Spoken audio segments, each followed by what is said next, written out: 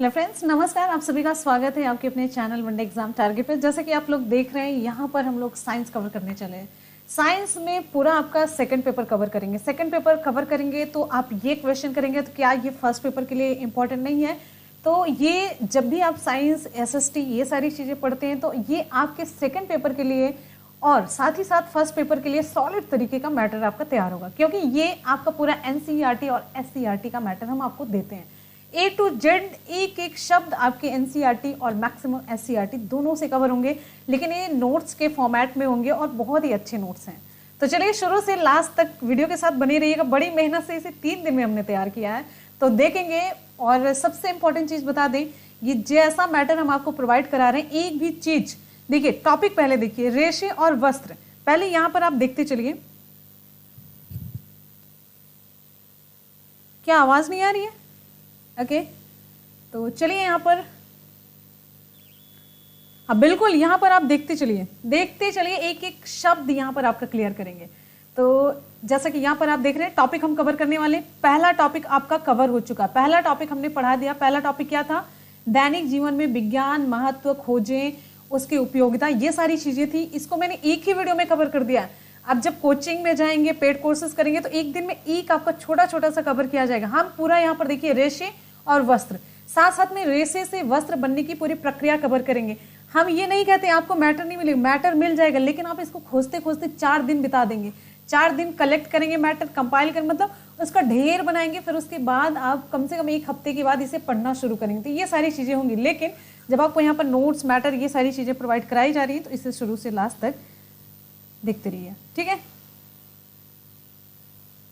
अब यहाँ पर चलिए स्टार्ट करते हैं और देखते हैं आज का। पहले एक बार सरसरी निगाह से देखेंगे, ये पूरा सिलेबस यहाँ पर देख लेते हैं। तो ये आप देखेंगे, इसमें ये रहा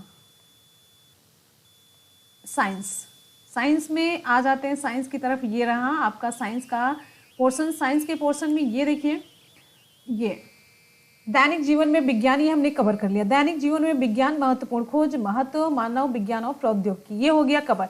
अब दूसरा टॉपिक हम कवर करने चले, रेशे और वस्त्र, रेशे एवं वस्त्र, रेशों से वस्त्र तक पूरी प्रक्रिया ये देखेंगे। तो दूसरा चैप्टर हम कंप्लीट करेंगे। बने रहिए चैनल के साथ। बिना हेजिटेशन के, बिना किसी लाग लपेट की क्लास की तरफ चलते हैं। और पहली क्लास हमने यहाँ पर देखिए ये कंप्लीट कर दी है। पहली क्लास में आप इतनी सारी चीज़ें, मैंने ये पूरा अपने हाथ से हैंड रिटन, ये मेरा नोट्स है, हालांकि मैंने टाइप किया, कंप्यूटराइज भी है। और इसमें कुछ जो भी इंपॉर्टेंट देखी मैंने, ये पूरा पेज भी लगा दिया है, ऐसा नहीं है। ये देख रहे हैं, इसको टाइप करते उससे बेटर होता कि हम आपको तुरंत प्रोवाइड करा दिए। ये सारी चीज़ें यहाँ पर हो गई थी, और ये सारी चीज़ जहाँ पे हमें लगती थी वो हम टाइप भी करते रहते थे, ठीक है। तो यहाँ पर ये सारी चीज़ें देख सकते हैं। सेकेंड जो फर्स्ट पार्ट था ये हमने कंप्लीट कर लिया है, और ये इस तरीके से सारी चीज़ें इंक्लूड करते हुए, ठीक। अब ये देख रहे हैं ना, इस तरीके से पहले जो पार्ट है, यानी कि पहला टॉपिक है, उसकी लिंक हम आपको नीचे डिस्क्रिप्शन बॉक्स में दे देंगे। और साथ ही साथ यहाँ पर लास्ट में ऑब्जेक्टिव भी हमने कवर किया था। आज की क्लास में लास्ट में ऑब्जेक्टिव ही होगा, ठीक है। ये सारी चीजें देख रहे हैं। तो चलिए आज के रेशों और वस्त्र तक में चलते हैं। रेशे और वस्त्र देखिए, मिलनी ये होता है कि ये आपके टॉपिक से डायरेक्टली शुरू करते हैं। और चलिए एक बार वीडियो को फटाफट से लाइक और शेयर कर दीजिए। आप लोग अगर मेहनत को सपोर्ट करना चाहते हैं तो आंख मूंद करके लाइक और शेयर करते रहिए, ठीक है। तो ये इतना सपोर्ट आप लोगों का हम चाहते हैं। तो यहां पर देखिए कि जैसे भी किसी भी परिधान की अगर हम बात करते हैं, किसी भी, चाहे वो हमारा मतलब देखा जाए घर में, अगर देखें कपड़े, चादर, पर्दे, पावदान, कोई भी वस्तु देखते हैं तो ये किन चीजों से बनी हुई होती है? तो ये मेनली मुख्य रूप से किससे बनी हुई होती है? ये रेशों से बनी हुई होती है। तो ये रेशे अलग अलग प्रकार के पौधों के विभिन्न भागों से प्राप्त किए जाते हैं। जो रेशे होते हैं पौधों के विभिन्न भागों से ये प्राप्त किए जाते हैं, ठीक है। अब यहाँ पर हम क्या चर्चा करने वाले हैं? रेशे और वस्त्र के बारे में, ठीक है। तो जो वस्त्र होते हैं धागों से मिलकर के बनते हैं। जब आप किसी वस्त्र को खींचते हैं तो इसमें छोटे छोटे धागे दिखाई देते हैं, धागे। और ये धागे किससे बने होते हैं? तंतु या रेशों से बने होते हैं। तो इसको हम इस तरीके से यहाँ पर देख सकते हैं, तंतु और रेशा। इस प्रकार जो वस्त्र हैं धागों से मिलकर के बनते हैं। और धागा किससे मिलकर के बना होता है? देखिए, वस्त्र कपड़ा से, कपड़ा किससे? धागा से, धागा किससे? तंतु या रेशे से। तो ये पूरी प्रक्रिया है। इतनी इंपॉर्टेंट चीज यहाँ पर आप जानते रहिए, ठीक है। चलिए अब हम यहाँ पर सबसे इंपॉर्टेंट पॉइंट की तरफ चलेंगे, रेशों के प्रकार। रेशों के प्रकार कितने होते हैं? रेशों के देखिए कई प्रकार होते हैं। इनमें से पहला प्रकार आपका है, इनमें से पहला प्रकार है पादप रेशा। इसमें कुछ चीजें लिखी हुई हैं और ज्यादा चीजें हम यहाँ पर बोलने वाले हैं, तो ज्यादा चीजें जो बोलेंगे हम उसे आप नोट्स में मतलब नोट बनाते हुए चलिएगा और कॉपी और पेन के साथ क्लास में बैठिए, कॉपी और पेन के साथ क्लास में बैठिए।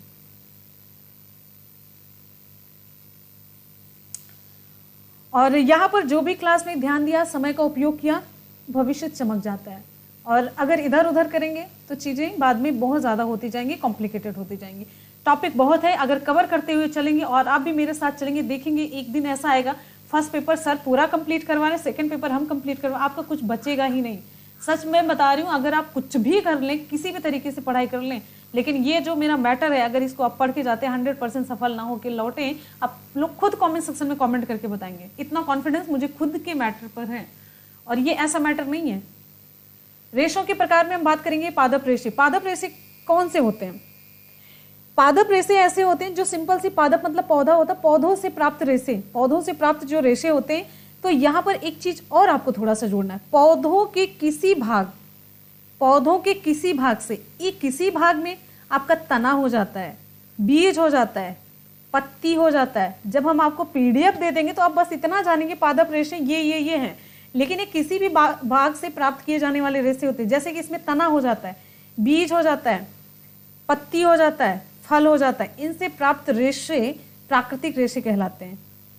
जो इनसे प्राप्त प्राकृतिक रेशे होते हैं वो पादप रेशे कहलाते हैं, ठीक है। तो पादप रेशे रुई, जूट, फ्लैक्स, नारियल जटा, इन सभी से प्राप्त किए जाते हैं। ये रेशे के नाम है। पौधों के किस भाग से प्राप्त किए जाते हैं आगे देखेंगे, ठीक है। अब यहीं पर देख लेते हैं जांतव रेशे किसे कहते हैं। जांतव रेशे किसे कहते हैं? जांतव रेशे जंतुओं से प्राप्त किए जाने वाले प्राकृतिक रेशे, ये जांतव रेशे कहलाते हैं, अथवा हम इन्हें जंतु रेशे भी कह सकते हैं। जांतव मतलब जंतुओं से, ठीक है।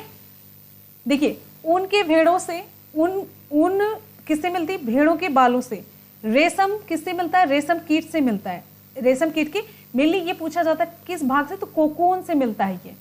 जब बकरी हुआ, ऊंट हुआ, याक हुआ, ये सभी रेशे प्रदान करते हैं, जिन्हें हम कहते हैं जांतव रेशे। इसके अतिरिक्त, इन दोनों के अतिरिक्त एक और रेशा होता है जिसे हम कहते हैं संश्लेषित रेशे। संश्लेषित रेशे पहला इसका एग्जाम्पल देख लीजिए, नायलॉन, पॉलिएस्टर, रेयान, ये सभी।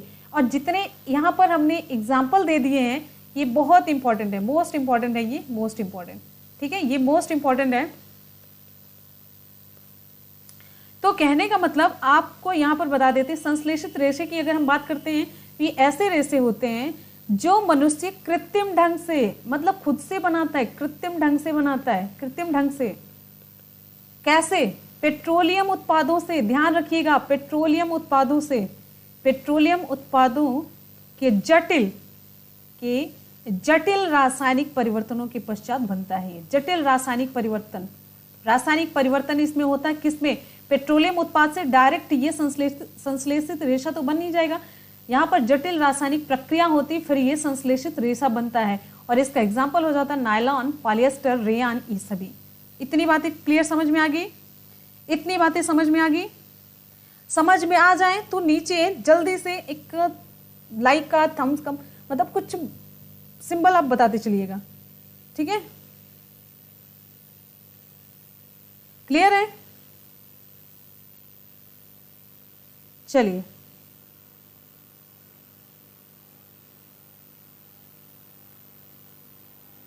आगे चलते हैं। यहां तक क्लियर हो गया? अब यहां पर एक इंपॉर्टेंट चीज आपकी आ जाती है। इंपॉर्टेंट क्या आती है?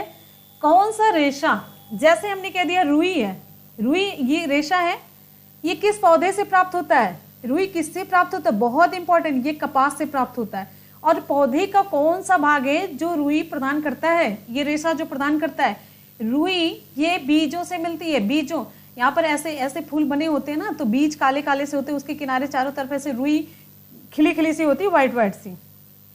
देखे होंगे आप लोग, गांव में अगर होंगे तो देखे होंगे। फिर यहाँ पर जूट की बात करते हैं। जूट ये किस पौधे से प्राप्त होता? पटसन या सनई। खेतों में लगाया जाता था। जब हम लोग छोटे थे, गन्ने के खेत में, जब हमारे गन्ने के खेत मतलब जब गन्ना कटता था तब खेत में जाते थे तो किनारे किनारे पे पटसन या सनई लगाई जाती थी। तो इसमें फूल जब होता था ना, ऐसे ऐसे राउंड राउंड सा फूल होता था, पीला पीला सा खिलता था, वो घर पे आता था तोड़ करके, उसकी सब्जी बनती थी, तो सनई था। और ये रेशा जो प्राप्त करते हैं हम जूट, इसके तने से प्राप्त करते हैं। इमेजिन नहीं कर पाएंगे इसमें क्या होता है, इतने बड़े बड़े से पेड़ होते हैं तो इसके जो तने के ऊपर से ऐसे रेसे जैसे संरचना होती है। जब ये पेड़ पक जाता है, यानी कि ये पेड़ तब काटा जाता है जब पुष्पन की अवस्था में होता है, तो यहाँ से ये रेसे नहीं, ये पेड़ को काट करके पानी में भिगो दिया जाता है। पानी में भिगोने के बाद जब कुछ दिन तक ये सड़ जाता है तो इसके रस्सी को, इसके रेसे को निकाल करके फिर उसे धुनाए उनाए, पता नहीं क्या क्या बहुत सारी प्रोसेस होकर के फिर रेसा वो रस्सी बनती है। तो कहने का मतलब ये तने से प्राप्त होती है। ठीक है। नहीं, उस वीडियो मैंने कोई वीडियो, जब हमने प्रॉमिस किया कोई वीडियो प्राइवेट नहीं किया, लेकिन उस वीडियो के साथ हमने भी एक बार मैसेज किया था कम्युनिटी पर, किसी में खुल रहा है किसी में नहीं खुल रहा है, उसे हम फिर से अपलोड करने की कोशिश करेंगे, फिर से अपलोड करेंगे, आप लोग परेशान मत होइए। ठीक है। हाँ, तो फिर आगे देखेंगे फ्लैक्स। फ्लैक्स को हम अलसी कहते हैं। ये किससे मिलता है? अलसी या तीसी से। तीसी जानते हैं, छोटा छोटा सा पेड़ होता है, कलश जैसे उसका ऐसे संरचना होती, इसको तो हम ऐसे ही खा डालते हैं। मतलब हम जब छोटे से थे तो सरसों तीसी ऐसे ऐसे फाँक मारा करते थे, छोटे से थे, तो लोग हंसी मजाक में, अभी भी मेरे साथ हंसी मजाक करते, पता नहीं क्या पा जाते थे, सब खाए डालते थे। तो हालांकि मुझे तीसी बहुत पसंद है, इसके पराठे बनते हैं। तो कहने का मतलब ये भी तनों से ही इसके ये फ्लैक्स रेशा मिलता है। ठीक है। चलिए, अब ये 3 चीजें आपकी यहाँ पर क्लियर होती। चौथी एक आ जाती है, नारियल। हाँ, तो जो गांव से बिलोंग करता है और गांव से ना बिलोंग करे, जिससे जीके की वो तलब रहती है ना, तो उसको पता रहता है। नारियल जटा तो आप सभी जानते होंगे। ये किससे मिलता है, किस पौधे से? नारियल से। ये फलों से इसका रेशा तैयार किया जाता है। तो कहने का मतलब ये चीजें इतनी हैं। अब ये चीजें इतनी है, देखिए, रुई हो गया, जूट हो गया, फ्लैक्स हो गया, नारियल जटा किस पौधे से प्राप्त होती है? आपके स्क्रीन पर दिख रहा है, कपास है, पटसन, सनई, अलसी, तीसी, ये पौधे का नाम हो गया। और पौधे के किस भाग से प्राप्त होती? ये हो गया। ठीक। चलिए, क्लियर है? फिर आगे चलते हैं।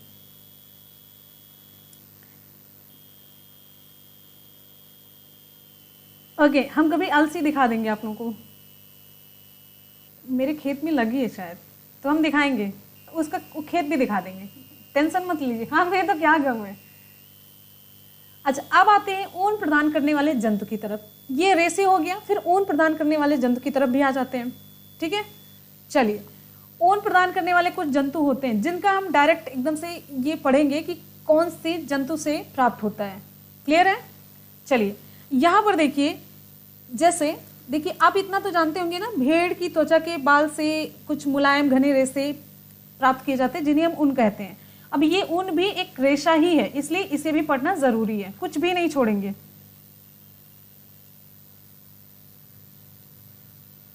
हाँ, तो देखिए, ये अनुराग बता रहे हैं कि नमिता वो वीडियो टेलीग्राम से ओपन करना, हो जाएगा, हम बाद में देखे थे, तो ऐसे कर लीजिएगा, शायद ओपन हो जाए। तो ऊन प्रदान करने वाले जो जंतु हैं, इसमें देखिए, अंगोरा बकरी है, इससे अंगोरा ऊन प्राप्त होती है। कश्मीरी बकरी, इससे पश्मीना ऊन प्राप्त होती है। याक का ऊन, देखिए, याक का ऊन तिब्बत और लद्दाख में मिलता है। ठीक है। देखिए, सबसे इंपॉर्टेंट चीज एक और पूछी जाती है, जिन वास स्थानों पर बालों से ढके जो जंतु पाए जाते हैं, वहां उन्हीं जंतुओं के रेशे से ऊन प्राप्त किया जाता है। तो ऐसे ही इंपॉर्टेंट ये है, जैसे जम्मू कश्मीर के पहाड़ी क्षेत्रों में पाई जाती है अंगोरा बकरी, तो इससे अंगोरा ऊन मिलता है। कश्मीरी बकरी से पश्मीना ऊन मिलता है। पश्मीना, ये मिली पश्मीना शालें बनाई जाती है। पश्मीना शालें इतनी हल्की, इतनी पतली होती, इतनी गर्म करती हैं, अगर सच में पश्मीना किसी ने ओढ़ लिया फैन हो जाएगा। ये ऐसे ही नहीं फेमस है, ऐसे ही नहीं, हम लोग जो पश्मीना यूज करते हैं लो ब्रांड, मतलब लो क्वालिटी की होती है, लेकिन और हाई क्वालिटी की करेंगे तो बड़ी बड़ी महंगी मिलती है, बहुत ही ज़्यादा महंगी, तो अभी तो बजट में ही नहीं आती है। याक का ऊन, ठीक है, याक का ऊन तिब्बत और लद्दाख में प्रचलित है। ध्यान रखिएगा, हमने बहुत ही इंपॉर्टेंट चीज लिख दी है इसमें। याक का जो ऊन होता है तिब्बत और लद्दाख में, क्यों? क्योंकि याक वहीं पर पाया जाता है। सिंपल सी बात, यही मैंने एक लाइन में बोली ना, जिन वास स्थानों पर बालों से ढके जो जंतु पाए जाते हैं वहां उन्हीं जंतुओं के रेशे से ऊन प्राप्त किया जाता है। अब दक्षिण अमेरिका की बात करते हैं, तो देखिए हमने यहाँ पर हाईलाइट कर दिया दक्षिण अमेरिका। दक्षिण अमेरिका में लामा और एल्पेका, आधा एल होता है, एल्पेका नामक जंतुओं से ऊन प्राप्त किया जाता है। ठीक है, चलिए ये हो गया। चलिए, दक्षिण अमेरिका में लामा और एल्पेका भेड़ों को उत्पादन के लिए मतलब ये पूरा पाला जाता है यहाँ पर।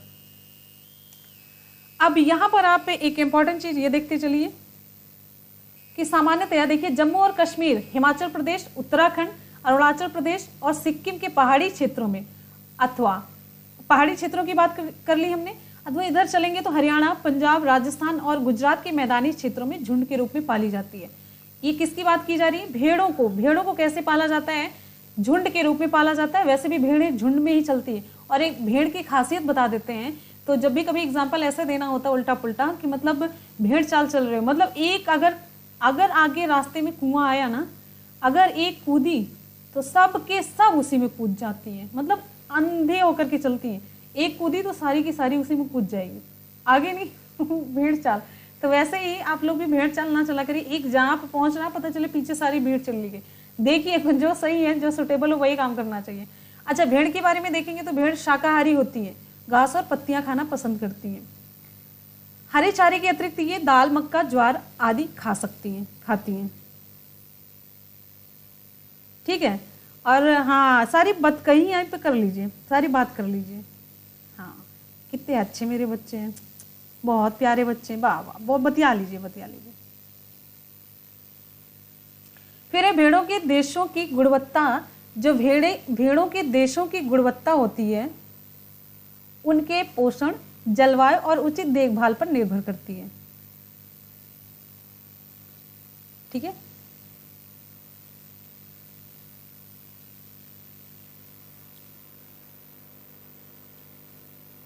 चलिए भेड़ों के देशों, रेशों होगा ये, तभी मुझे सही कुछ कम लग रहा था। भेड़ों के रेशों, हाँ, भेड़ के रेशे तभी अच्छे होंगे जब उन्हें पोषण अच्छा मिलता होगा, उन्हें जलवायु अच्छी दी जाती है और अच्छी देखभाल की जाए, तब रेशे अच्छे मिलेंगे।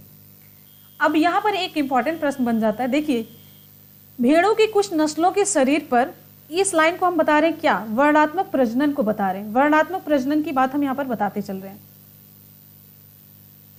भेड़ की कुछ नस्लों के शरीर पर घने बाल होते हैं जिनसे बड़ी मात्रा में अच्छी गुणवत्ता वाले उनकी प्राप्ति होती है। ऐसी भेड़ों का उपयोग अच्छी नस्ल की भेड़ों को जन्म देने के लिए किया जाता है। देखिए जो अच्छी चीज होती है, जैसे हमने खेत में आलू बो दिया ना, अगर उससे आलू का उत्पादन अच्छा होता है तो उसको हम बीज के रूप में रख लेते हैं अगली पीढ़ी, यानी कि अगली बार जब आलू बोएंगे तो यही वाली आलू बोएंगे तो उत्पादन क्षमता अच्छी होगी, पैदावार अच्छी होगी, अच्छी आलू देखने को मिलेगी। तो उसी तरीके से जब भेड़ें अच्छी होती हैं तो उन्हीं भेड़ों को जन्म देने के लिए आगे, मतलब आगे की पीढ़ी पैदा हो तो उन्हीं का उपयोग किया जाता है। तो नस्ली भेड़ों को जन्म देने के लिए जनक के रूप में यानी कि माँ बाप के रूप में ही इन्हीं का चयन कर लिया जाता है, जिससे हमारी क्या हो, ये रेसे अच्छे प्राप्त हों। तो इनके चयन की जो प्रक्रिया होती है, मतलब अच्छी भेड़ें हो, फिर अच्छी प्रोजनी हमें मिले, इसी को कहते हैं वर्णात्मक प्रजनन। क्लियर हो गया? अगले प्रश्न की तरफ चलते हैं। नेक्स्ट है,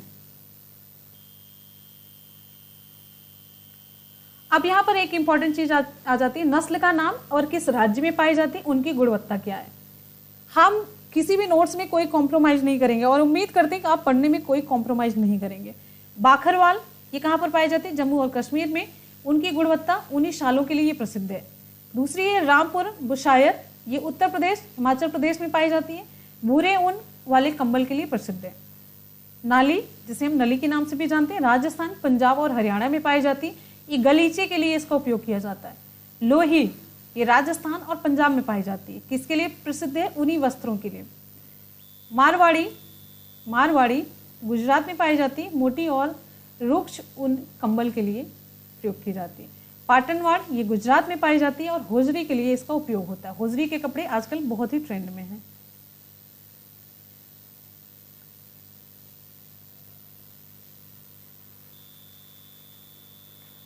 कोई बात नहीं, हम क्लास ही बंद कर देंगे, परेशान मत होइए। रेशे प्रदान करने वाले पौधों के लिए कुछ उपयुक्त दशाएं होती हैं।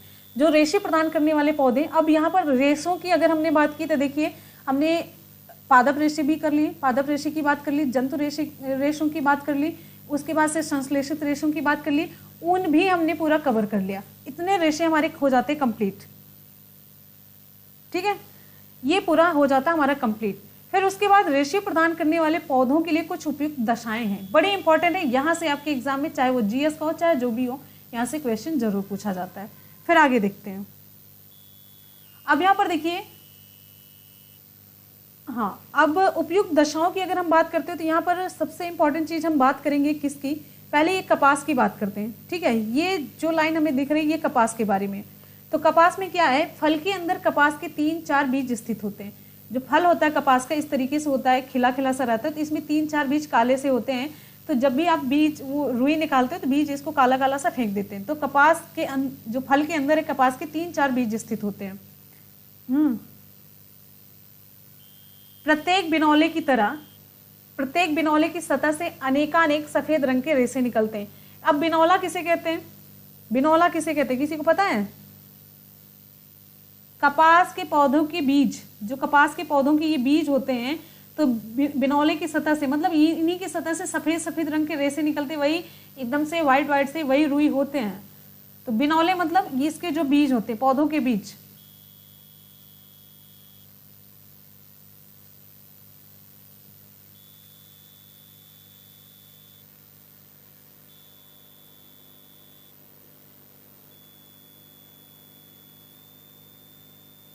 एक मिनट,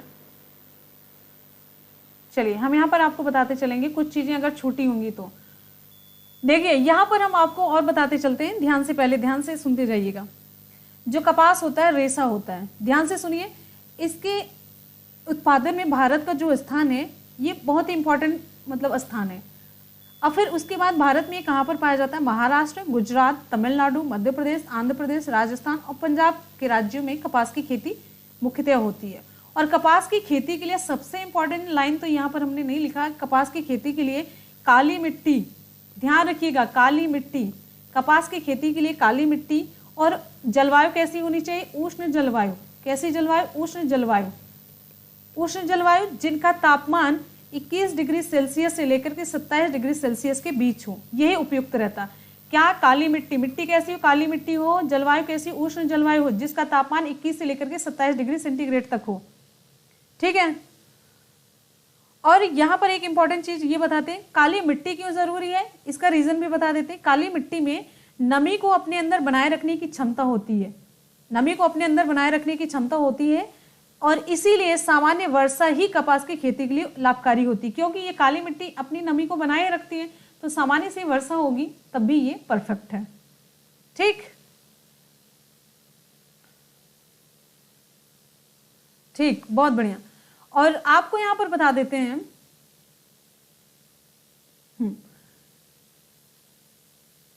कपास के बीज बसंत ऋतु के पूर्व खेतों में बोए जाते हैं। कब बोए जाते हैं? बसंत ऋतु के पूर्व। बसंत ऋतु के पूर्व ये कपास के जो कपास होते हैं वो बोए जाते हैं। ठीक है। और लगभग 2 माह के बाद ये तैयार हो जाते हैं और ये पूरा फूल खिल जाते हैं। अब यहाँ पर आपको बताते चलते, फल के अंदर 3 से 4 बीज स्थित होते हैं, जिसे हम बिनौला कहते हैं।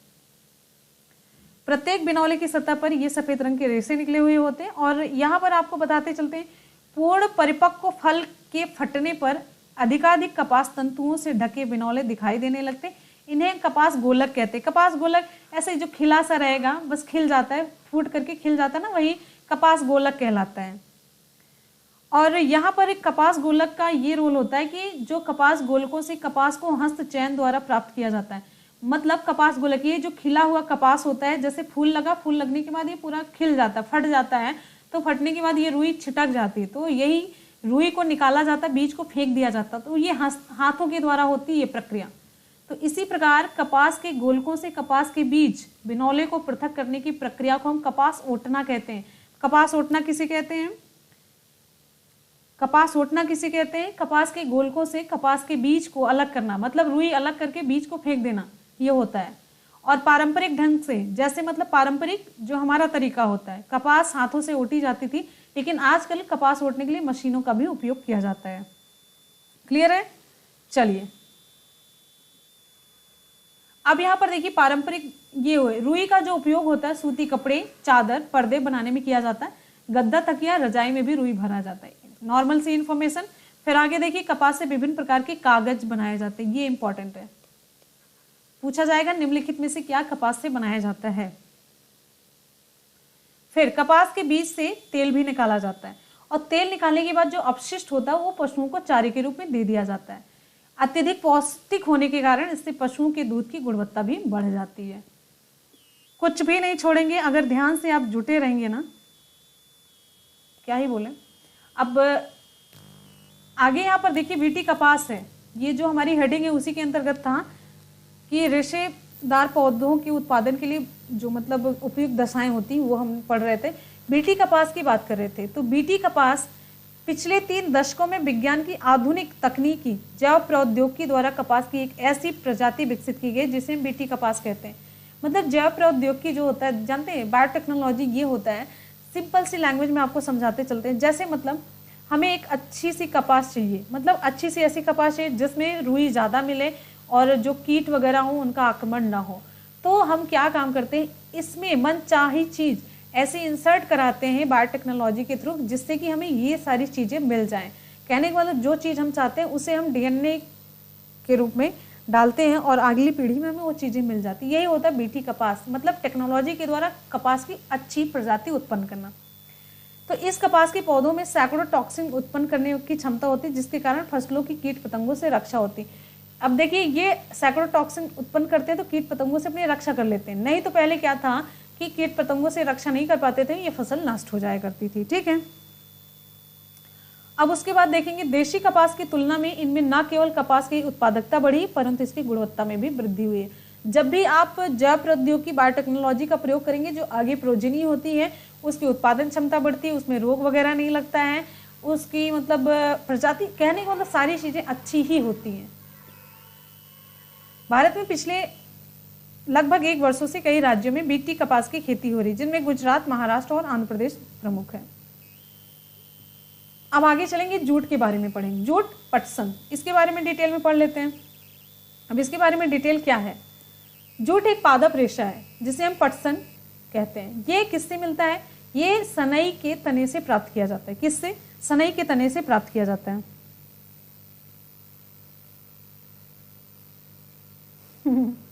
Thank you Dolly. तो अब यहाँ पर ये इंपॉर्टेंट चीज हमने तो पहले बता दी एग्जाम्पल में। फिर उसके बाद भारत में जूट की खेती मुख्यतः पश्चिम बंगाल, असम और बिहार में की जाती है। दूसरी इंपॉर्टेंट चीज।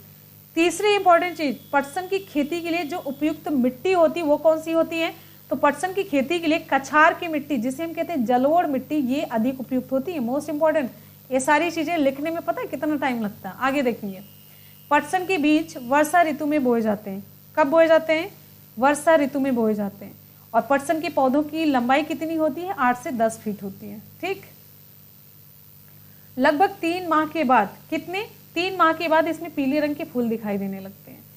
और यहाँ पर आप देखिए, सामान्यतः आप पटसन की फसल को पुष्पन अवस्था में, इंपॉर्टेंट है, किस अवस्था में, पुष्पन की अवस्था में काटते हैं, क्योंकि इसी अवस्था में ही पटसन के तनों से लचीले और मजबूत जूट के रेशे प्राप्त किए जा सकते हैं। ठीक है, चलिए अब आगे देखते हैं। एक बार सभी स्टूडेंट वीडियो को शेयर कर देंगे, फटाफट से शेयर कर देंगे। और हमें नहीं समझ आ रहा है कि साइंस के इतने स्टूडेंट हैं, वो भी थ्योरी पढ़ने वाले इतने कम लोग हैं। अगर इतने कम है तो हम इस क्लास को कंटिन्यू नहीं कर पाएंगे। आगे देखते हैं। अब जूट के बारे में, वही जूट के बारे में चीजें कंटिन्यू चल रही हैं। फसल की कटाई के बाद क्या काम करते हैं, पटसन पादपों की शाखाओं और पत्तियों की सफाई करके तनों को बंडलों में बांध करके तालाब या किसी स्थान पर रुके हुए जल में डुबो करके रखते हैं। डुबो कर रखने से ये होता है कि इस पे जो मतलब सूक्ष्म जीवों की प्रक्रिया हो जाती है और ये नरम हो जाते हैं, सॉफ्ट हो जाते हैं। तो 4-5 दिनों के बाद पौधों के मुलायम भाग गल जाते हैं और रेशे स्पष्ट दिखाई देने लगते हैं। और ये क्रिया जल में पाए जाने वाले जीवाणुओं के द्वारा होती है, यही मैंने आपको बताया। फिर उसके बाद यहाँ पर देखिए,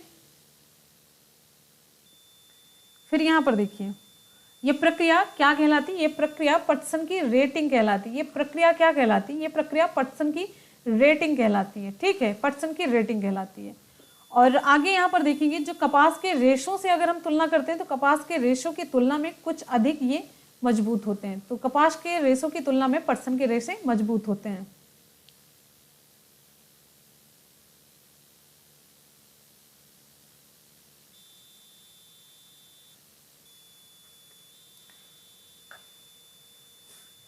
अब आगे यहाँ पर चलते हैं धागे से वस्त्र बनाने की प्रक्रिया की तरफ।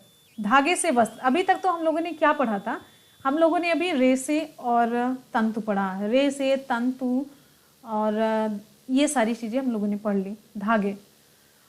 अब धागा तो बन गया, धागा तो हमें मिलता गया, जूट से मिला और कपास से मिला, एक मिनट, जूट से कपास से मिल गया। अब हम वस्त्र कैसे बनाएंगे, वस्त्र कैसे बनाएंगे?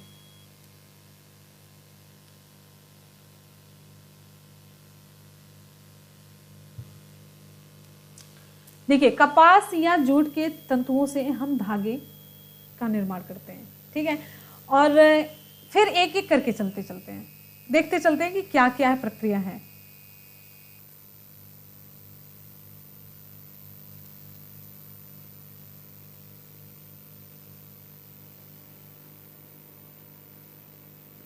चलिए,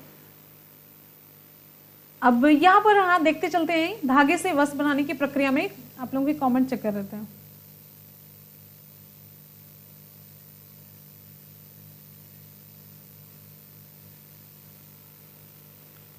चलिए, तो यहाँ पर ये देखिए, रेशों से धागे बनाने में रुई के अगर एक रेशे को आप खींचकर ऐंठिए, ऐसा करने से क्या हो जाएगा, रेशे पास पास आ जाते हैं और धागा बन जाता है। जब ऐंठेंगे ना थोड़ा सा, जैसे जब बाती वगैरह बनाते हैं तो धागा बन जाता है। तो इसी प्रक्रिया को क्या कहा जाता है, कताई कहा जाता है। तो रेशों से धागे को जब बनाया जाता है, यानी रेशों से धागा बनाने की प्रक्रिया को हम क्या कहते हैं, कताई कहते हैं। देखिए, कताई के लिए जो कताई की प्रक्रिया होती है, ध्यान से देखिए आप, थोड़ा सा इसको बीच में करते हैं। तो कताई की प्रक्रिया रेशों से धागा बनाने में रुई के एक पुंज से रेशों को खींचकर ऐंठी है। ऐसा जब करते हैं तो रेशे पास पास आ जाते हैं और धागा बन जाता है। इसी प्रक्रिया को हम कताई कहते हैं। देखिए, कताई के लिए कभी कभी क्या होता है, कताई तो एक सरल सी मतलब सरल चीज है, लेकिन तकली का उपयोग किया जाता है। तकली जानते हैं आप लोग? तकली नहीं जानते हैं? जानते भी होंगे मैक्सिमम लोग। तो कताई के लिए एक बहुत ही आसान सी सरल युक्ति है हस्त तकुआ, या फिर इसको हम तकली कहते हैं। तकली से ऐसे धागे बना दिए जाते हैं। अब फिर उसके बाद हाथ से प्रचलित कताई में उपयोग की जाने वाली एक युक्ति और है चरखा, जो गांधी जी यूज करते थे। और वैसे भी पहले गांव में चरखा चलाया जाता है। चरखा बहुत ही एक हाथ से ऐसे चलाया जाता है, गोल गोल सा होता है, और एक पीछे जो पीछे से ऊन निकलता है, मतलब रेशा निकलता है, और फिर वहां पर घुंडियां बनाई जाती है, कुछ ऐसे ना कहा जाता है। तो वो होता है चरखा और तकली। और बृहद पैमाने पर अगर धागे मतलब कताई की बात करते हैं तो ये मशीनों की सहायता से तैयार किया जाता है, ठीक है। चलिए, अब यहाँ पर आगे बढ़ते हैं। धागे से वस्त्र बनाने में कताई हो गया और कताई की प्रक्रिया हो गई। अब यहाँ पर हम बात करेंगे, विधियों की बात करते हैं। तो विधियां ध्यान रखिएगा, कताई कर ली। अब ये वस्त्र बनाने की, धागे से वस्त्र बनाने की दो विधियां हैं, मतलब कई विधियां हैं। देखिए, हम यहाँ पर कई विधियों की बात करेंगे। धागे से वस्त्र बनाने की कई विधियां हैं, कई सारी विधियां, लेकिन उनमें से जो मुख्य है ये बुनाई और बधाई है। बुनाई और बधाई बहुत ही इंपॉर्टेंट है, ठीक है। यही मेन दो विधि आपको SCERT में भी मिली और NCERT में भी मिलेगी, दो ही विधि हैं, ठीक है। अब यहाँ पर एक इंपॉर्टेंट चीज आ जाती है, जहां से आपके एग्जाम में क्वेश्चन पूछा गया है। धागे के दो सेटों को आपस में व्यवस्थित करके वस्त्र बनाने की प्रक्रिया को बुनाई कहते हैं।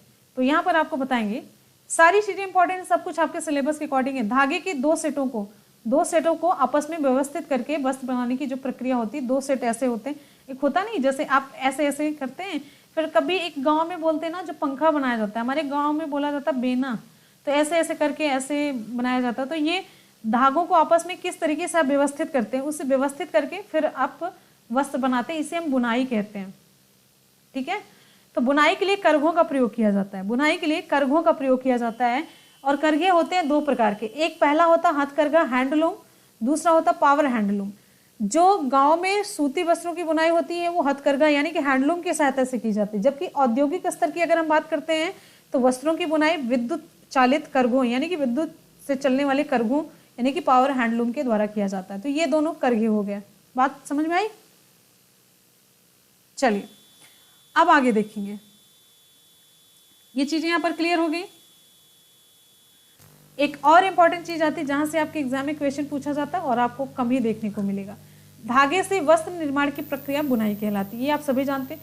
बुनाई वीविंग व निटिंग के द्वारा की जाती है। वीविंग व निटिंग के द्वारा की जाती है। इंपॉर्टेंट है, दोनों वर्ड आपके इंपॉर्टेंट है। इसको क्या क्या कहते हैं देखिए यहाँ पर। धागे के दो सेटों को आपस में व्यवस्थित करके वस्त्र निर्माण की क्रिया को वीविंग कहते हैं। धागे के दो सेटों को आपस में व्यवस्थित करके, जैसे इस तरीके से एक धागा ऐसे आड़ी तिरछी लाइन में चलता है तो ये हो गया, ये इसको हम वीविंग कहेंगे। लेकिन एकल धागे से वस्त्र निर्माण की प्रक्रिया को हम निटिंग कहते हैं। ध्यान दीजिएगा, यहाँ पर धागे के दो सेट का प्रयोग है वीविंग में और एकल धागे का प्रयोग है निटिंग में। बड़ा इंपॉर्टेंट है, दोनों बहुत इंपॉर्टेंट है, आपको बुक में नहीं मिलेगा। ठीक है,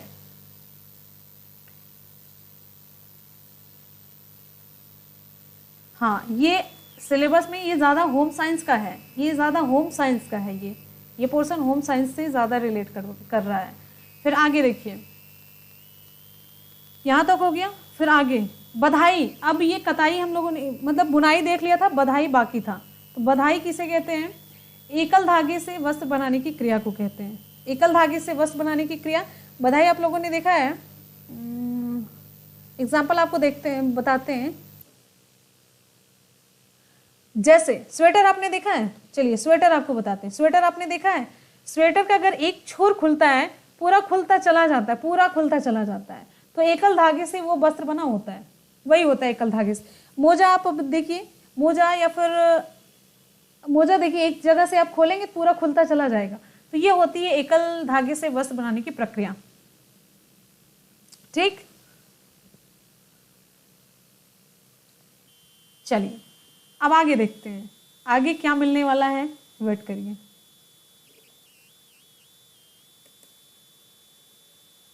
हाँ, अब रेशों से ऊन तक में अब हमने ये पूरी प्रक्रिया देख ली। एक धागे से वस्त्र कैसे बनाए जाते हैं, धागे से वस्त्र, ये हमने देख लिया। क्या विधियां हैं वो हमने देख लिया। अब रेशों से ऊन हम कैसे बनाते हैं ये भी हम देख लेते हैं फटाफट से। एक ही लाइन में मतलब 5-6 स्टेप हैं, वो भी हम जल्दी जल्दी से कवर कर लेंगे। ठीक है, कुछ भी नहीं छूटेगा, सारा टॉपिक, सारी चीजें हमने एक जगह पर कर ली है, एक जगह पर कवर कर ली हैं। तो रेशों से हम ऊन कैसे बनाएंगे देखिए। पहले सबसे पहले भेड़ों के बालों की कटाई करते हैं। भेड़ों के बालों की हम कटाई करते हैं। भेड़ जैसे पाली जाती है तो उसके बालों की कटाई करते हैं। ठीक है, चलिए अब इसके लिए क्या काम करते हैं, जो इसके जो बाल होते हैं त्वचा को सुरक्षा प्रदान करते हैं, सुरक्षात्मक आवरण प्रदान करते हैं। ठीक है, अच्छा एक चीज आपने सोचा है कि कभी ऊन जो भेड़ों के बाल हैं उनको हम काटते हैं, त्वचा से उतारते हैं, तो उन्हें कष्ट क्यों नहीं होता? भेड़ों के बालों को काटा जाता है तो उन्हें कष्ट क्यों नहीं होता, उन्हें दर्द क्यों नहीं होता? क्या रीजन है? तो रीजन ये है, त्वचा की सबसे ऊपर वाली जो परत होती है अधिकांशतः मृत कोशिकाओं की बनी होती है। किससे बनी होती है? अधिकांशतः मृत कोशिकाओं की बनी होती है, जिस वजह से उन्हें दर्द नहीं होता है। और इसी वजह से हमारे बाल कटवाने में भी हमें कष्ट नहीं होता है, क्योंकि ये मृत कोशिकाओं से बने होते हैं और फिर से ये उग जाते हैं। तो भेड़ों के बालों की पहले कटाई होती है, फिर अभिमार्जन होता है। अभिमार्जन होता है। अब अभिमार्जन में क्या आता है? अभिमार्जन में कौन सी प्रक्रिया होती है? हाँ, अभिमार्जन में कौन सी प्रक्रिया होती है? देखिए, कटाई के बाद क्या काम किया जाता है, रेशों को पानी की टंकियों में डाल करके अच्छी तरीके से धोया जाता है, जिससे उनकी चिकनाई, धूल, गंदगी ये सब निकल जाए।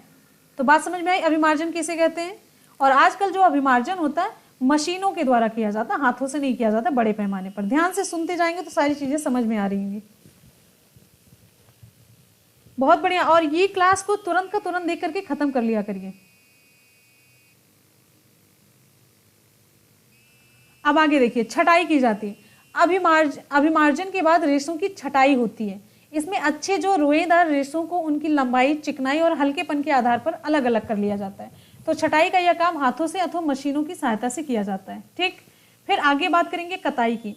तो कताई जब अभिमार्जन से प्राप्त रेशे, हम बार बार क्यों कह रहे हैं, क्योंकि यहाँ पर साफ सुथरे रेशे हमें मिल जाते हैं। तो अभिमार्जन से प्राप्त रेशों को सुखा लिया जाता है और इस प्रकार जो प्राप्त छोटे छोटे कोमल और फूले हुए रेशों की ऊन के धागों के रूप में कताई कर दी जाती है। फिर उसके बाद बात आती है रंगाई की। तो रंगाई में ऐसा कुछ नहीं है। तो भेड़ों और बकरियों से प्राप्त जो रेशे होते हैं लगभग काले, भूरे या सफेद रंग के होते हैं। तो अलग अलग रंग प्रदान करने के लिए, विविधता पैदा करने के लिए, तो इसमें क्या होता है, रंगाई की जाती है। रंग बिरंगे ऊन तैयार हो जाते हैं फिर उसके बाद हो जाता है ऊनी धागा बनाना। तो रंगाई के पश्चात इन रेशों को सुलझा करके सीधा किया जाता है, फिर लपेट करके उनसे धागा बनाया जाता है। ठीक है, स्वेटरों की बुनाई की जाती है। ये सारी चीजें यहाँ पर होती रहती है। और यहाँ पर एक इंपॉर्टेंट चीज अब और आ जाती है आगे।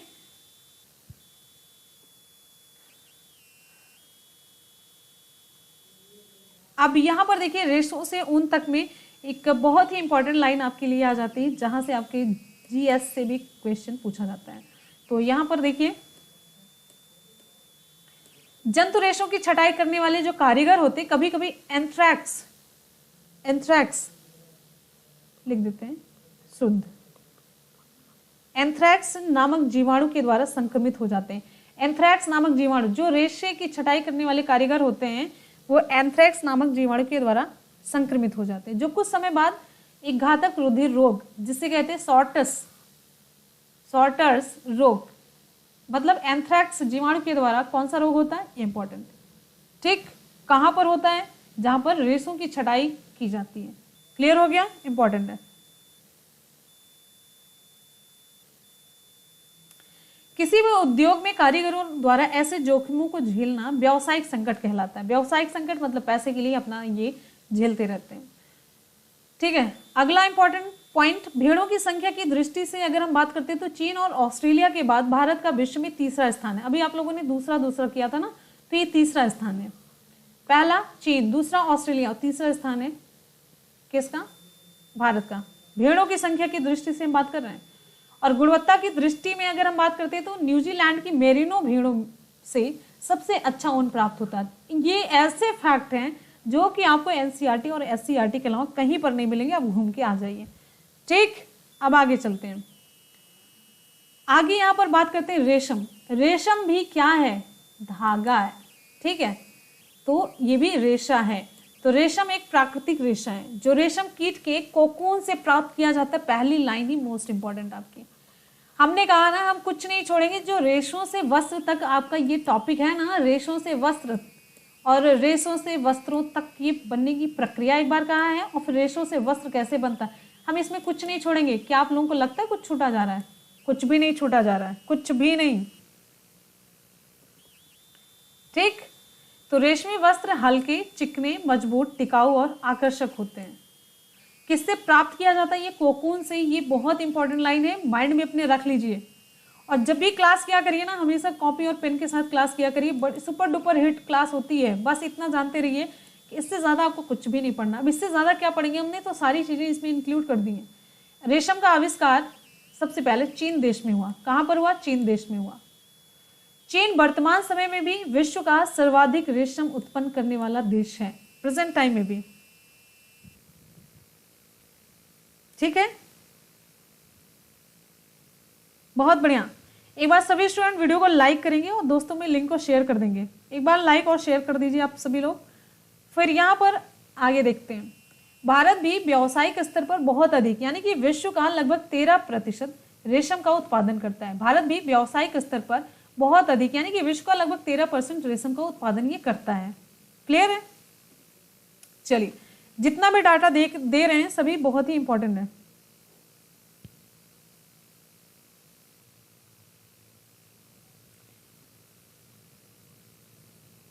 अब यहां पर देखिए रेशम कीट का जीवन चक्र बहुत इंपॉर्टेंट है। ये रेशम कीट शहतूत, अरंडी, योक, देखिए शहतूत, अरंडी, ओक, इन सभी पेड़ों पर ये पाले जाते हैं। रेशम कीट किस पर पाला जाता है? केवल शहतूत ही नहीं, अरंडी, ओक और शहतूत तीनों पर पाले जाते हैं। आगे देखिए, मादा रेशम कीट सैकड़ों की संख्या में अंडे देती है जो शहतूत की पत्तियों की निचली सतह पर चिपके होते हैं। ये देखिए, नर, मादा, नर और मादा। फिर उसके बाद यहाँ पर देखिए शहतूत की पत्ती पर ये निचली, जैसे शहतूत की पत्ती होती है तो इसके निचली सतह पर ये ढेर सारे अंडे देते हैं। फिर यहाँ पर इसकी लाइफ साइकिल चलती रहती है। तो लाइफ साइकिल इसकी चलती रहती है। तो लाइफ साइकिल में यहाँ पर आप देख लीजिए ये है। तो यहाँ पर ये पत्ती पर ये सॉरी पत्ती पर अंडे देती हैं, एक मिनट, ये पत्ती पर ये अंडे देती हैं। फिर इस अंडे से ये देखिए लार्वा या इल्ली इसे कहते हैं, ये बनता है। फिर यहाँ से कोया या कोकून कहते हैं, और कोकून से ही वयस्क रेशम कीट मिलता है। ये यहाँ पर क्लियर हो गया, ठीक है। अब उसके बाद यहाँ पर देखिए, यही चीज हम आपको यहाँ पर डिटेल में पढ़ाएंगे, तो समझ लीजिएगा। तो मादा रेशम कीट सैकड़ों की संख्या में अंडे देती, जो शहतूत की पत्तियों की निचली सतह पर चिपके होते हैं। अब इन अंडों से सफेद रंग के लार्वा निकलते हैं। सफेद रंग के लार्वा यहाँ पर आप देख सकते हैं, ये सफेद रंग के लार्वा निकलते हैं, ठीक है, जिन्हें हम कैटरपिलर कहते हैं, इंग्लिश में इल्ली या लार्वा कहते हैं। अब ये क्या काम करते हैं, ये भी शुद्ध शाकाहारी होते हैं। ये पेड़ की कोमल पत्तियों को खाते हैं और 4 से 6 हफ्तों में वृद्धि करके जीवन चक्र की अगली अवस्था में प्रवेश करते हैं। अगली अवस्था को हम क्या कहते हैं, कोकून कहते हैं, ठीक।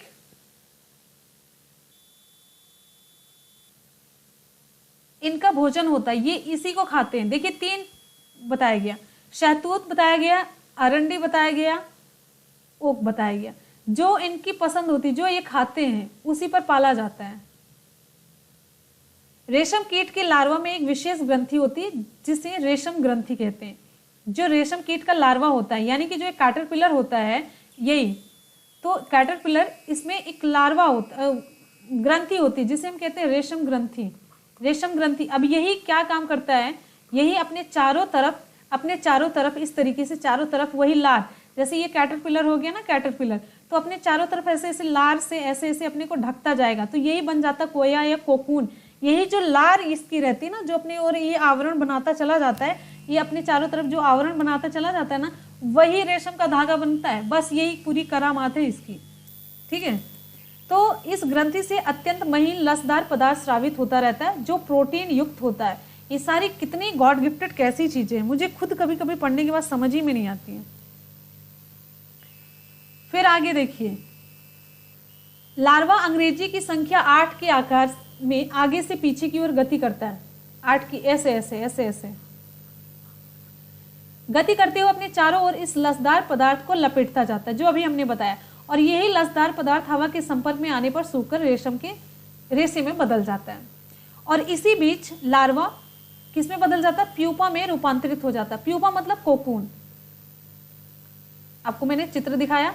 तो यही फिर इसमें जब ये अपने को ढक लिया तो ये किस में बदल जाता है, कोकून में बदल जाता है, ठीक है। फिर उसके बाद यहाँ पर देखिए, रेशम के रेशों से लिपटे हुए प्रत्येक प्यूपा एक सफेद गोलाकार संरचना में ये बंद हो जाते हैं। कैटरपिलर जो है लार्वा अंदर वो बंद ही पड़ा हुआ है। फिर क्या काम करते हैं, यहाँ पर एक इतनी बड़ी सी नुकसान, मतलब ऐसी चीजें होने वाली होती हैं कि सोच करके समझ में नहीं आता कि इस तरीके से रेशम का उत्पादन होता है। अभी आप ध्यान से सुनेंगे, आपको खुद लगेगा कैसे उत्पादन होता है। तो इन प्यूपा युक्त गोलाकार रचनाओं को कोया या कोकून कहते हैं। इतनी बात यहाँ तक क्लियर हो गई। क्लियर हो गई तो एक बार जल्दी से इस तरीके से कोई सिंबल भेजिए। चलिए थम्स अप ऐसे करिए जल्दी से, ठीक। चलिए अब कोकून के भीतर ही प्यूपा विकसित होकर के वयस्क रेशम कीट में बदल जाता है। अंत में रेशम कीट कोकून के रेशों को काटते हुए बाहर निकल आते हैं और अपना नया जीवन चक्र प्रारंभ करते हैं।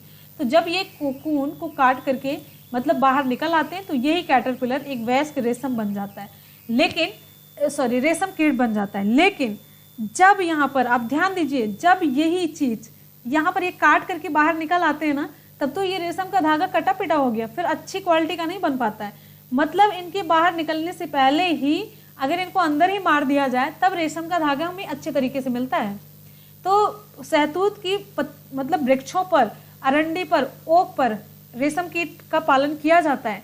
रेशम कीट का पालन क्या कहलाता है, सेरीकल्चर कहलाता है ना, सेरीकल्चर। ये एग्जाम में आपके प्रश्न पूछा जाता है, सेरीकल्चर होता है। तो इनको पाला जाता है। जब ये कोया या कोकून की अवस्था में होते हैं ना, तो इनको गर्म पानी में डाल करके उबाल लिया जाता है तो अंदर का जो कैटरपिलर होता है ना वो मर जाता है तो अच्छी किस्म का रेशम यहाँ से तैयार हो जाता है।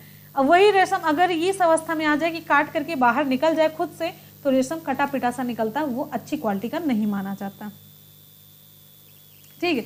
अब आगे यहाँ पर देख लेते हैं। अब यहीं पर रेशम प्राप्त करने के लिए रेशम कीटों के पालन का विज्ञान क्या कहलाता है, रेशम कीट पालन या सेरीकल्चर। बहुत इंपॉर्टेंट है, खूब पूछा जाता है। भारत का प्रमुख सेरीकल्चर केंद्र कहाँ पर है, कर्नाटक के मैसूर और बेंगलुरु में है। कहाँ पर? कर्नाटक के मैसूर और बेंगलुरु में है। ठीक है। अब कर्नाटक के अतिरिक्त आंध्र प्रदेश, तमिलनाडु, पश्चिम बंगाल, जम्मू कश्मीर और असम में भी रेशम का उत्पादन होता है। आगे देखेंगे उत्तराखंड में नैनीताल और हल्द्वानी में भी रेशम कीट पालन में ये अग्रणी है। बात अगर हम और आगे करते हैं असम और झारखंड में, तो कई किसानों का प्रमुख व्यवसाय रेशम कीट पालन ही है। वे पेड़ों पर रेशम के कीटों को पालते हैं और फिर उसके बाद आगे का अपना प्रोसेस होता है, पालते हैं, फिर रेशम को मतलब आगे के उत्पादन के लिए वो या तो भेजते हैं या फिर आगे की प्रोसेस में खुद इन्वॉल्व होते हैं। अब यहाँ पर नर कीट की तुलना में मादा जो कीट होती है आकार में बड़ी होती है और एक बार में सैकड़ों अंडे देती, इनकी खासियत है। किसानों द्वारा इन अंडों को सावधानी पूर्वक कागज या कपड़े की पट्टियों पर इकट्ठा करके रेशम कीट पालकों को बेचा जाता है। कीट पालकों द्वारा इन अंडों को कीट पालक गृह में उचित ताप व नमी में इस प्रकार रखा जाता है जिससे कि अंडों से अधिक लार्वा निकल आए। अब यहाँ पर देखिए ये बहुत इंपॉर्टेंट है, जो लार्वा होते हैं उनको पत्तियों पर रखा जाता है। क्यों? क्योंकि ये पत्तियों को खाते हैं, खा करके दिन रात ये मतलब दिन रात खाते रहते हैं और फिर काफ़ी आकार में बड़े और मोटे हो जाते हैं। तो फिर जब बड़े और मोटे होते हैं तो लार्वा ज़्यादा निकालते हैं तो ज़्यादा रेशम का उत्पादन होता है। ठीक है। जब 15 से 3 दिनों में लार्वा पत्तियों को खाना बंद कर देते हैं और कोकून बनाने के लिए बांस के छोटे छोटे कक्षों से बाहर आने लगते हैं। ये प्रोसेस हम बता रहे हैं, आपको प्रोसेस बता रहे हैं। तो यहाँ पर देखिए रेशम प्राप्त करने के लिए प्यूपा से वयस्क कीट बनने से पूर्व ही, यही चीज़ हम आपको बता रहे थे ना, प्यूपा से वयस्क कीट बनने से पूर्व ही कोकून को इकट्ठा किया जाता है और उन्हें उबलते पानी में 95 to 97 डिग्री सेंटीग्रेड पर लगभग 10 से 15 मिनट के लिए डाल दिया जाता है। तो क्या होता है, कोकून के चारों ओर जो लिपटे रेशे हैं उनके बीच का चिपचिपा पदार्थ घुल जाता है और रेशम के रेशे पृथक हो जाते हैं और इस प्रकार प्राप्त रेशम अधिक लंबे और उच्च कोटि के होते हैं क्योंकि वो कटने से पहले ही उबाल लिए जाते हैं। ठीक है।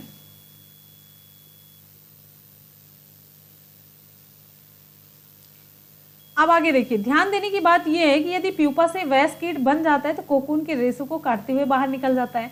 ये चीज मैंने बताई ना कि जब उसको काटते हुए बाहर निकल जाएगा तो ऐसे कोकून से प्राप्त रेशम की गुणवत्ता कैसे होगी? निम्न स्तर की होगी। आपको यहाँ पर इतने क्वेश्चन बनेंगे। पहली बात तो रेशम किससे प्राप्त होता है? कोकून से। आप भूलेंगे ही नहीं, बार बार यहाँ पर सुन के ना थक जा रहे होंगे। तो कोकून से बनता है। अब फिर ये उच्च कोटि का सेरीकल्चर, ये कल्चर, ये सारी चीजें तो आपको रेशे से बस तक आपको कुछ नहीं भूलेगा। अगर 1 घंटे की आपने क्लास कर ली है ना तो शायद कुछ नहीं भूलेगा। उम्मीद है कि आप हाँ ही में बोलेंगे, हाँ ही जवाब आएगा। अब रेशम के रूप में उपयोग के लिए कोकून में से रेशे निकालने की प्रक्रिया क्या कहलाती है? रेशम की रीलिंग कहलाती है। रेशम की रीलिंग कही जाती है। ठीक है।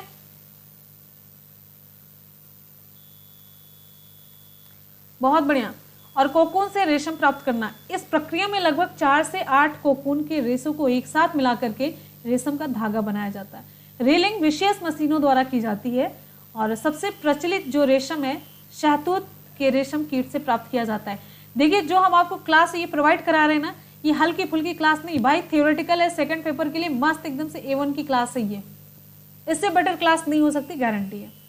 और इसके अतिरिक्त देखिए सबसे बेटर शहतूत रेशम के कीट से ही प्राप्त किया जाता है। इनके अतिरिक्त ओक, अरंडी आदि के पेड़ों की पत्तियों पर पाए जाने वाले विभिन्न रेशम कीटों से टसर रेशम, मूंगा रेशम, कोशा रेशम, एरी रेशम ये सब प्राप्त किए जाते हैं।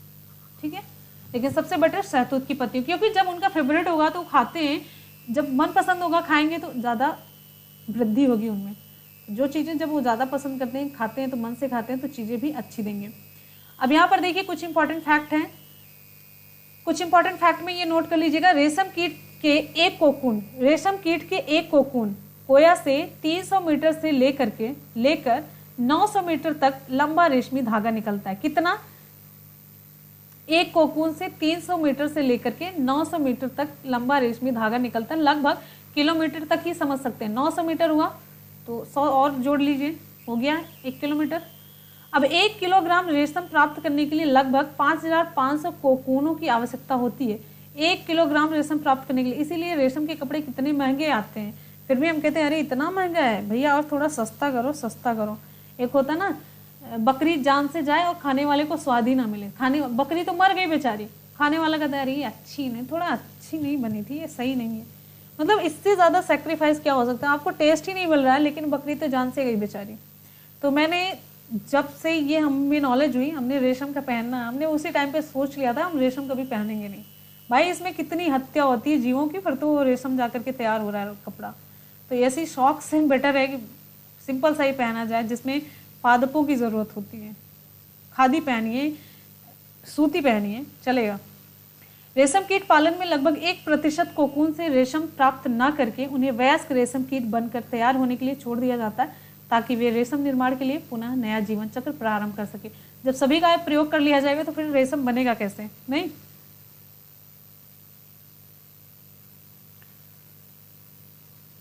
ठीक है, फिर आगे अब यहाँ पर शायद क्वेश्चन स्टार्ट होते हैं। चलिए, ये क्लास बहुत लंबी थी, इसको लिखने में पता है टाइप करने में 3 दिन लगे थे, ये पूरे 3 दिन लगे थे। थक जाते हैं, नहीं हो पाती चीज़ें, सारी चीज़ें मैनेज करते करते हो ही नहीं पाती, बिल्कुल नहीं हो पाती, थकान लग जाती है। थकान ऐसी लग जाती है कि नींद आ जाती, बंद हो जाती, मोबाइल कब गिर जाती, मुंह पे गिर जाती, टूट जाती, मतलब पता ही नहीं चल पाता। सोना जगना कब कैसे सो जाते, एक क्वेश्चन में बनाते बनाते सो जाते, पता ही नहीं चलता है। तो अगले प्रश्न की तरफ चलते हैं। नेक्स्ट है,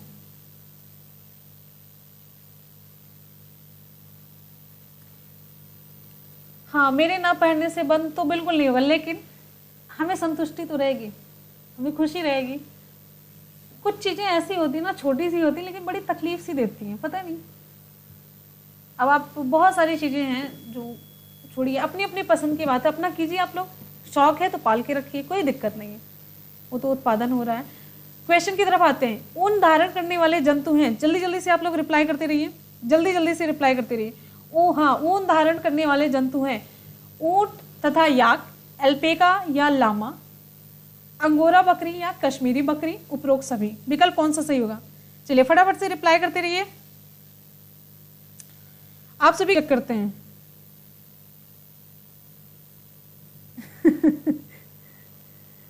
विकल्प यहाँ पर हमारा सही हो जाता है डी, यानी कि ये सारे ऊन धारण करने वाले जंतु हैं। ये सभी हमारे हैंड रिटन ऑब्जेक्टिव नोट, ये क्वेश्चन बनाए गए हैं क्योंकि आपको ये अलग से कहीं नहीं मिलेंगे, इसे नोट से हमने तैयार किए, जो आप लोगों ने पढ़े ना उसी से ही पूछे जा रहे हैं सारे क्वेश्चंस।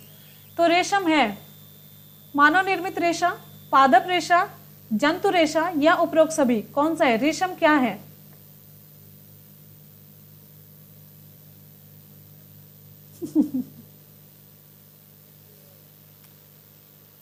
आशीष रिप्लाई नहीं करना, एक भी ना बात करना। रेशम ऑप्शन यहाँ पर हमारा सी, जंतु रेशे। Divya so sweet. रेशम आप सभी के लिए हम पूरी मेहनत करने के लिए तैयार हैं। हमने हमेशा कहा है ना, रेशम है कैसा? जंतु रेशा। विकल्प सी सही हो जाता है। अगले प्रश्न की तरफ बढ़ेंगे। नेक्स्ट है, जल्दी जल्दी से रिप्लाई देते चलिए। भेड़ और रेशम कीट होते हैं, भेड़ और रेशम कीट किस कैटेगरी में आप रखेंगे? भेड़ आर्जक में।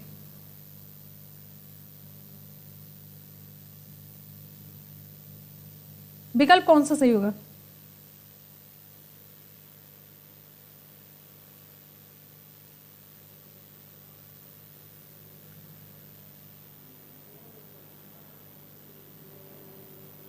भेड़ तथा रेशम कीट होते हैं जय शाकाहारी, मांसाहारी, सर्वाहारी या मार्जक? Very good, very good. भेड़ और रेशम, ये ऑप्शन ए सही हो जाता है, शाकाहारी है। भेड़ और रेशम शाकाहारी है भाई, भेड़ शाकाहारी है। यही चीज देखिए, आसान सा क्वेश्चन है और आप सोचेंगे इतना आसान सा लेने की क्या जरूरत है। ऑप्शन ए सही होगा, शाकाहारी। रेशम तो वैसे भी पत्तियों को खाता है और भेड़ ये शुद्ध शाकाहारी, दोनों शाकाहारी हैं। अगले प्रश्न की तरफ बढ़ेंगे। नेक्स्ट से क्वेश्चन पढ़िए और रिप्लाई करते चलिएगा।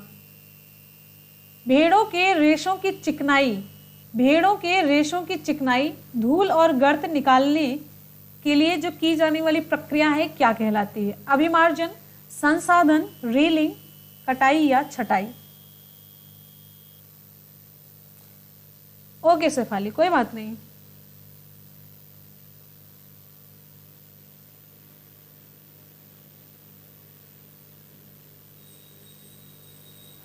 ऑप्शन यहाँ पर हमारा कौन सा सही होगा? जल्दी से आप लोग बताते चलिए, जल्दी रिप्लाई करेंगे तो फिर जल्दी से क्लास को खत्म करेंगे। देखिए जरूर होगी, लेकिन एक बार में पूरा चैप्टर कंप्लीट हो ये ज्यादा बेटर है कि फिर हम टुकड़ों में करें। एक बार में ज्यादा बेटर है ना कि हम टुकड़ों टुकड़ों में करते रहें, तो बेटर है कि एक बार में कंप्लीट हो जाए, थोड़ी सी लंबी भले चले। ऑप्शन हमारा यहाँ पर सही हो जाता है ऑप्शन ए अभिमार्जन। Option A अभिमार्जन। कहाँ चले गए भाई सब लोग, ध्यान से नहीं सुनते, तब तो पूरी बात चलती रहती, न जाने कितनी पंचायत होती है। भेड़ के रेशों की चिकनाई, हमने बोला पहले बालों की कटाई होती है, बालों की कटाई होती है, बालों को काटा जाता है, भेड़ों के बालों को काटा जाता है, फिर उसके बाद अभिमार्जन की प्रक्रिया होती है। अभिमार्जन की प्रक्रिया में क्या होता है, भेड़ों के बालों को एक बड़े टैंक में डुबोया जाता है, जिससे कि उसकी चिकनाई, धूल, मिट्टी, डस्ट, ये सारी चीजें गंदगी निकल करके साफ रेशा मिल सके। ऑप्शन ये सही हो जाता है अभिमार्जन। पता नहीं क्या लिख के आओगे सब लोग, मुझे नहीं पता है, कुछ समझ ही में नहीं आता किस दुनिया में उड़ रहे हो। निम्नलिखित में संश्लेषित रेशे का उदाहरण क्या है। संश्लेषित रेशा, निम्नलिखित में संश्लेषित रेशे का उदाहरण फ्लैक्स, रेशम, जूट या फिर नायलॉन।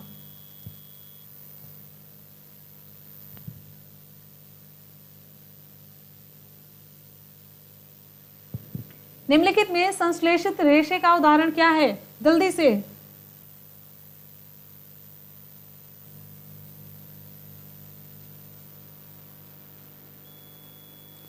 विकल्प यहाँ पर हमारा सही हो जाता है, किसी की रिप्लाई अभी नहीं है। एक के बाद हम अगले क्वेश्चन की तरफ आ चुके हैं। निम्नलिखित में से संश्लेषित रेशे का उदाहरण, अच्छा हाँ हम अभी देख रहे हैं, ये थोड़ा सा क्वेश्चन लेट पहुंच रहा है, तो विकल्प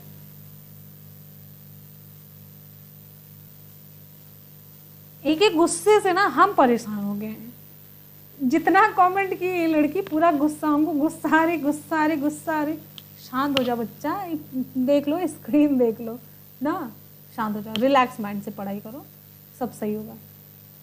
ऑप्शन यहाँ पर हमारा डी सही हो जाता है,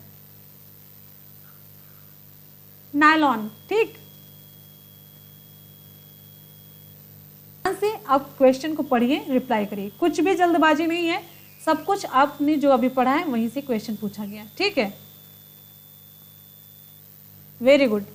नायलॉन, अक्षत सिंह, अच्छी रिप्लाई ऐसी होती। पेट्रोलियम उत्पाद, अच्छे से रिप्लाई करेंगे मुझे होती है। ठीक है, चलिए अगले।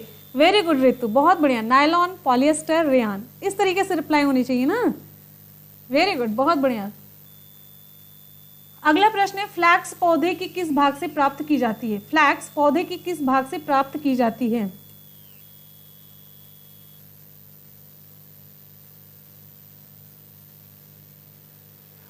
हाँ,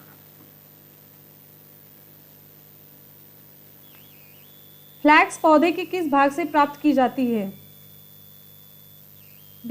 तनों से, जड़ से, विकल्प कौन सा सही होगा। हाँ, नेट की प्रॉब्लम है, लेकिन आप लोग रिप्लाई करेंगे, मैं लेट मिलेगा, अच्छी रिप्लाई होनी चाहिए। बस हम ये उम्मीद करते हैं रिप्लाई आपकी अच्छी होनी चाहिए, बहुत अच्छी होनी चाहिए। ठीक, चलिए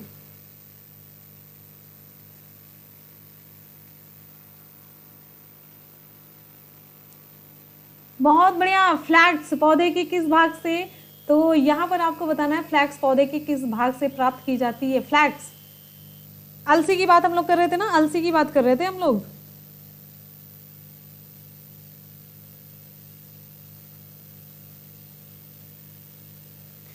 वेरी गुड, ऑप्शन यहां पर हमारा बी से हो जाता है, तनों से। ऑप्शन बी से हो जाता है, फ्लैक्स तनों से। अगले प्रश्न की तरफ बढ़ेंगे। नेक्स्ट है, थोड़ा सा हम इसे कर देते हैं छोटा, और स्क्रीन पर आपको दिखता जाएगा ये। कपास की खेती के लिए जो आवश्यक मिट्टी होती है वो कौन सी होती है। जलोढ़ मिट्टी, चिकनी, काली या फिर बलुई। कपास की खेती के लिए अगला क्वेश्चन आप सभी की स्क्रीन पर ये आ रहा है, आवश्यक मिट्टी कौन सी, काली या फिर बलुई। ऑप्शन कौन।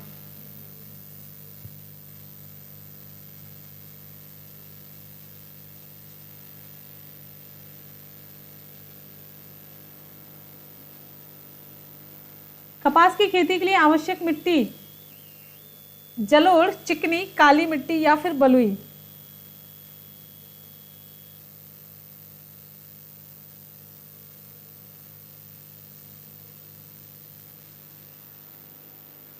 वेरी गुड, बहुत बढ़िया। विकल्प यहाँ पर हमारा सी से हो जाता है, काली मिट्टी। गुड, चलिए अगले क्वेश्चन की तरफ चलते हैं। नेक्स्ट है, कपास के गोलकों से कपास के बीज यानी कि बिनौला पृथक करने की प्रक्रिया क्या कहलाती है। कपास के गोलक से कपास के बीज यानी कि बिनौला को पृथक करने की प्रक्रिया को हम क्या कहते हैं। कपास ओटना, रीलिंग, बधाई या फ्राई। कौन सा ऑप्शन सही होगा?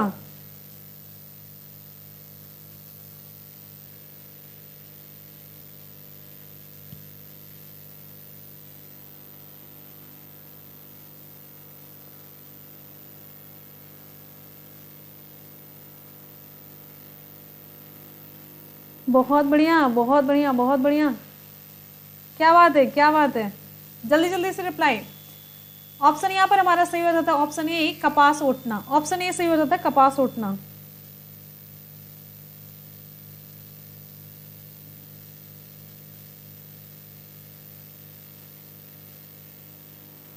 बहुत बढ़िया।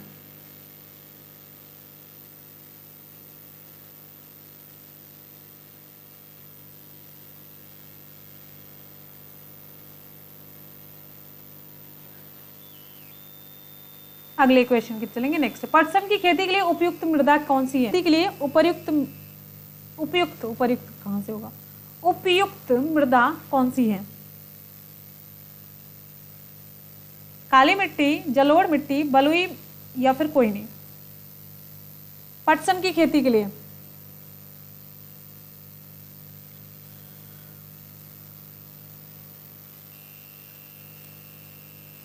ऑप्शन बी, जलोढ़ मृदा। ऑप्शन बी सही हो जाता है, जलोढ़ मृदा, कछारी मृदा भी जिसे कहते हैं। अगला प्रश्न, कपास की खेती के लिए उपयुक्त जो जलवायु है, कपास की खेती के लिए उपयुक्त जलवायु कौन सी है? उपयुक्त मतलब परफेक्ट होता है, उपयुक्त मतलब होता है जो ऊपर लिखा हुआ होता है। उष्ण, आर्द्र, मानसूनी या फिर कोई नहीं? कपास की खेती के लिए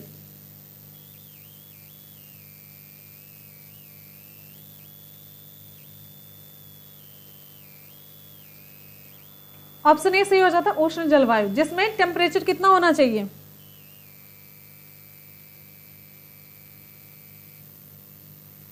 अगला है, पटसन के तने को रुके हुए जल में कुछ दिनों तक रखकर जूट के रेशों को ढीला करने की प्रक्रिया क्या कहलाती है? पटसन के तने को रुके हुए जल में कुछ दिनों तक